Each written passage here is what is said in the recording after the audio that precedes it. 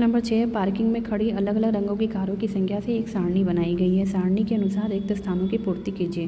Car का रंग यहाँ सफ़ेद है। सफ़ेद रंग की 20 कार है, पीले की 8, काला की 12, लाल की 18 और नीले की 2। तो पार्किंग में कुल कितनी कार है? सबको जोड़ेंगे 60 कारें आ जाएंगी। इस पाई ग्राफ को कितने भाग में बांटा गया है? तो देखिए 1, 2, 3, 4, 5 भागों में बांटा गया है। पूर्ण वृत्त का कोण कितना होता है? 360 डिग्री अंश का होता है। इस पाई चार्ट में एक कार का अंशमाप कितना होगा? एक कार का अंशमाप निकालने के लिए 60 से भाग कर देते हैं। 360 भागे 60 आ जाएगा 6 डिग्री।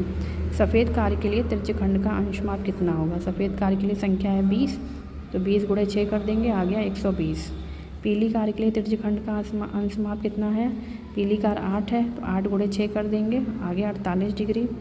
काली कार कितनी है? 12 है, 12 गुणे 6 कर देंगे, 72 हो जाएगा। लाल कार के लिए त्रिज्यखंड 18 है, तो 18 गुणे 6 कर देंगे, 108 हो गया। नीली कार के लिए 2 है, तो 2 गुणे 6 कर देंगे, 12 डिग्री। अब क्या प्रश्न दिया है? पाई ग्राफ में दी गई सीधी रेखा से शुरुआत करते हुए प्रत्येक त्रिज्यखंड को चांदे से नाप कर बनाइए और कारों के रंगों के अनुसार त्रिज्यखंड में रंग भरिए।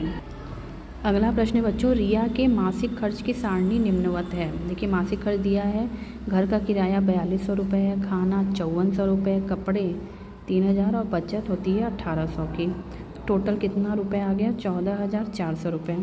तो रिया के मासिक खर्च को एक पाई ग्राफ द्वारा प्रदर्शित करना है। तो जो पाई ग्राफ होता है उसमें पूरा कोण बनता है 360 डिग्री का।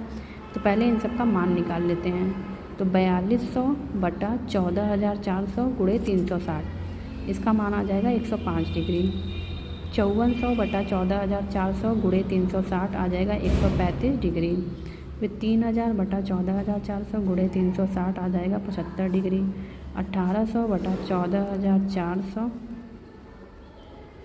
गुणे 360 आ जाएगा 45 डिग्री। फिर इन सभी की एक पाई ग्राफ बनाना है। तो सबसे पहले इन सबको लिख लेते हैं 4 को। फिर एक गोला बनाएंगे, चांदे की सहायता से 105 डिग्री नापेंगे, 45 डिग्री, 75 डिग्री और 135 डिग्री अपने आप ही बन जाएगा।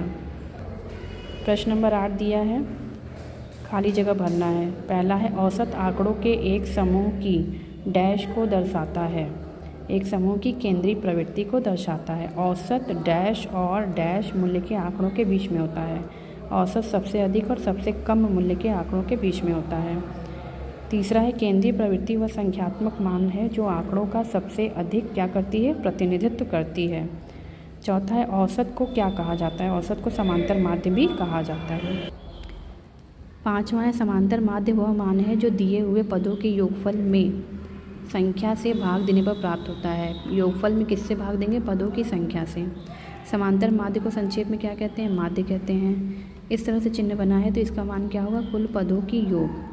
n लिखा है, n को क्या कहते हैं? पदों की संख्या। f बारंबारता को प्रदर्शित करता है। और अगर ये सूत्र लिखा है तो ये किसका सूत्र है? समांतर माध्य का। प्रश्न नंबर 9 है बच्चों, निम्नलिखित सारणी को पूर्ण करना है। यहाँ संख्याएं दी हुई हैं, इनका योग दिया हुआ है, कुल संख्या और समांतर माध्य। संख्याएं हैं 22, 5, 2, 12, 9, सबको जोड़ेंगे 50 आएगा। कुल संख्याएं कितनी है? 1, 2, 3, 4, 5 है, 5 लिख दिया, दोनों को भाग देंगे, 50 बटा 5 आ गया 10। इसी तरह से ये करेंगे 19, 5, 9, 12, 10, 5, सबको जोड़ेंगे आएगा 60। कुल कितनी संख्याएं हैं? 1, 2, 3, 4, 5, 6, 6 हैं। 60 बटा 6 करेंगे, आ गया 10। अब है 45, 20, 16, 18, 12, 17, सबको जोड़ेंगे आएगा 128। संख्या कितनी है? 6, 1, 2, 3, 4, 5, 6, देखिए 6 है। फिर 128 से 6 में भाग करेंगे, आ जाएगा 21 सही 2 बटा 6। चौथा है 17, 12, 15, 14, 12, टोटल करने पे आएगा 70। कुल कितनी संख्याएं हैं? 5 संख्याएं हैं, 70 बटा 5 करेंगे, आ गया 14। प्रश्न नंबर 5 है 13, 5, 18, 2, 9, 19, 17, 5, 16, 4, सबको जोड़ेंगे, आ गया 99। कुल कितनी संख्या दी हुई है? 1, 2, 3, 4, 5, 6, 7, 8, 9, 99 बटा 9 आ गया 11। छठवां है 14, 16, 11, 2, 6, 6, 155, 2, 11, सबको जोड़ेंगे 223 हो गया। कुल कितने हैं? ये 9 हैं, 1, 2, 3, 4, 5, 6, 7, 8, 9, तो 223 बटा 9 करेंगे, भाग करने पे आ जाएगा 24। सातवां है 1, 2, 0, 3, 2, 1, 5, 4, 3, 2, 1, 2, सबको जोड़ेंगे, आ गया 26। कुल कितनी संख्याएं दी हुई हैं गिन लेते हैं। 1 2 3 4 5 6 7 8 9 10 11 12। 26/12 हो गया, 2 सहित 2/12। प्रश्न नंबर 10 है, सारणी को पूरा करना है। यहाँ पे भार दिया हुआ x, बच्चों की संख्या दी हुई f और करना है f(x).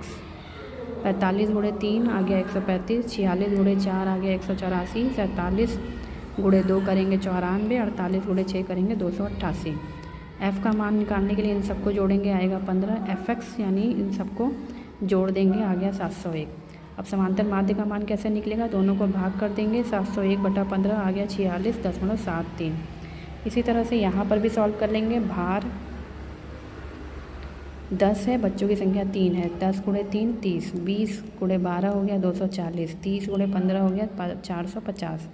सबको जोड़ दिया, 3 12 15 30 आ गया। इन सबको जोड़ेंगे यहाँ पर, 30 240 और 450 720 हो गया। अब भाग करेंगे 720/3 में, 30 में 0 से 0 कट जाएगा, ये आ गया 24। थैंक्स फॉर वॉचिंग बच्चों। Please like share and subscribe my channel.